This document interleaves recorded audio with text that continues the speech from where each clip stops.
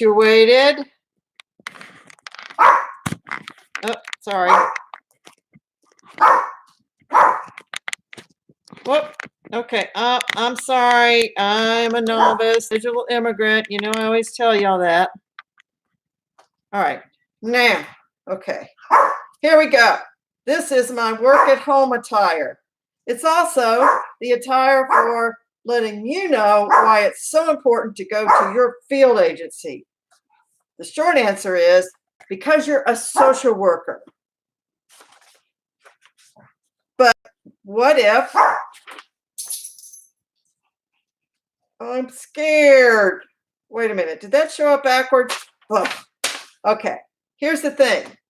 First of all, every one of y'all in this field class are not of an age where you are likely to get infected. So you need to relax.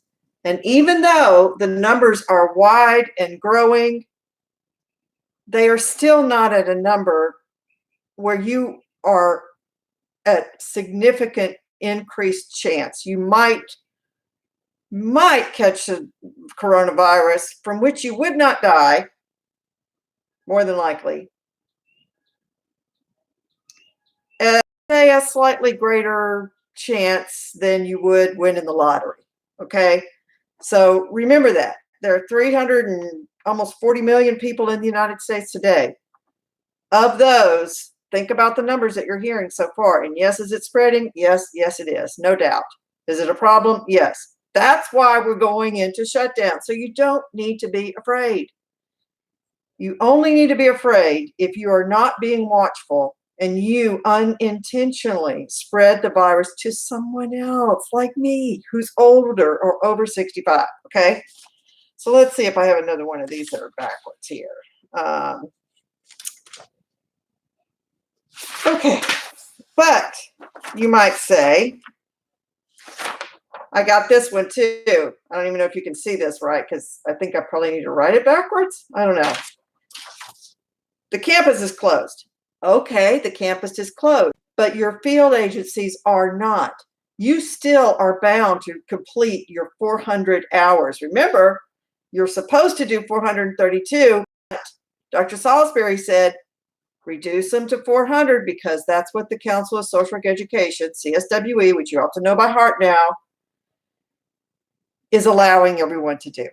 Okay, so rest assured in that. Nevertheless, several of y'all are having problems getting your hours in now. So you need to stay the course, stay where you are. It's going to be a heck of a lot easier for you to get your field hours done in the field where you can and where safety precautions are practiced, like gloves or masks or even Lysol or Lysol or spraying your counters regularly with Clorox or some bleach kind of disinfectant. I forgot my sanitizer, but it's here. So it's a pandemic. Okay, it's a pandemic around the world. Don't travel. I don't expect any of you are. You're going to have to complete your field placements, right? Right. It's going to be a lot harder for y'all to document and prove when you have to do it online. But we got field people that are working with us in almost every single one of y'all's cases where your agencies are closed or they've told you not to come back and only essential personnel are required, like say for ULM. So while ULM is closed, essential people like the president and the librarian, very essential to students and academicians, your instructors, professors, is not closed. Okay, so let me get down to brass tacks and tell you why exactly you as social work students are important, and this field that you're going into is just as much a field that is a first responder as any other allied health professional is, or medical professional, firefighter, policeman, paramedic. And let me tell you why. I'm going to have to take this stuff off so I can get further into this. Okay, look, I have several books up here. You know what? The ones that are most precious to me are the ones about social work history. Let me tell you, there are people all throughout history who have been championing the rights of the underdog and the most vulnerable people.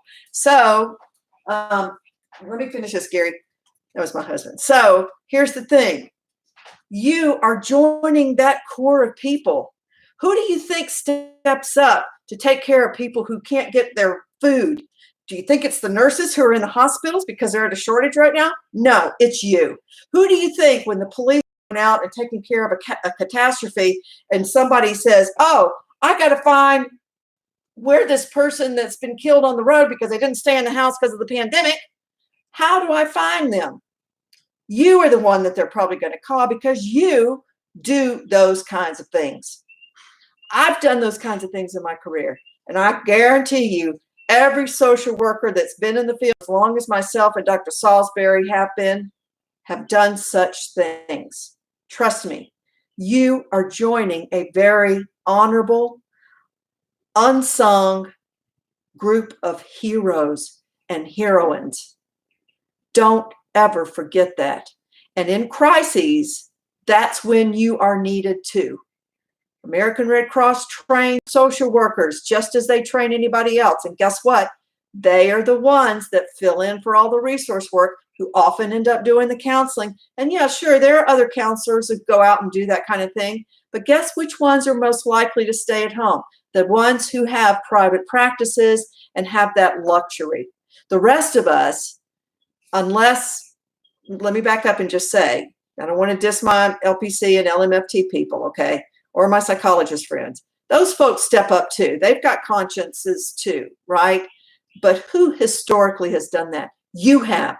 This group has. I have. Dr. Salisbury has. Every social worker you know has done this. So if you want to finish your field work and become part of this core, understand that what you're experiencing right now is an unprecedented moment in time, a significant historical event that I assure you we'll be talking about further is historical in the sense of social welfare institution. Now, that sounds boring, I know, but trust me, you're going to look back at this, and one day I predict you too will take an awesome professor in your PhD program or even your MSW program who says, history for social work profession is amazing. Be proud. So yeah, go to your field, get it done. We're trying to help you every way we can. And if, hey, something happens and everything shuts down, we're going to get you through it. We're going to get you graduated. We're going to do that. We're doing everything we can to stay in touch with you. Stay the course, ladies and gentlemen. Stay the course. Know we're here for you and be encouraged, okay? So that's it for now. Stay safe. You ain't got to wear gloves even all the time if you're at home or you're only going around places you're supposed to go and using precautions, okay? Keep a good supply of hand sanitizer. You can even make your own. There's a bunch of things on YouTube. So catch you later. Bye.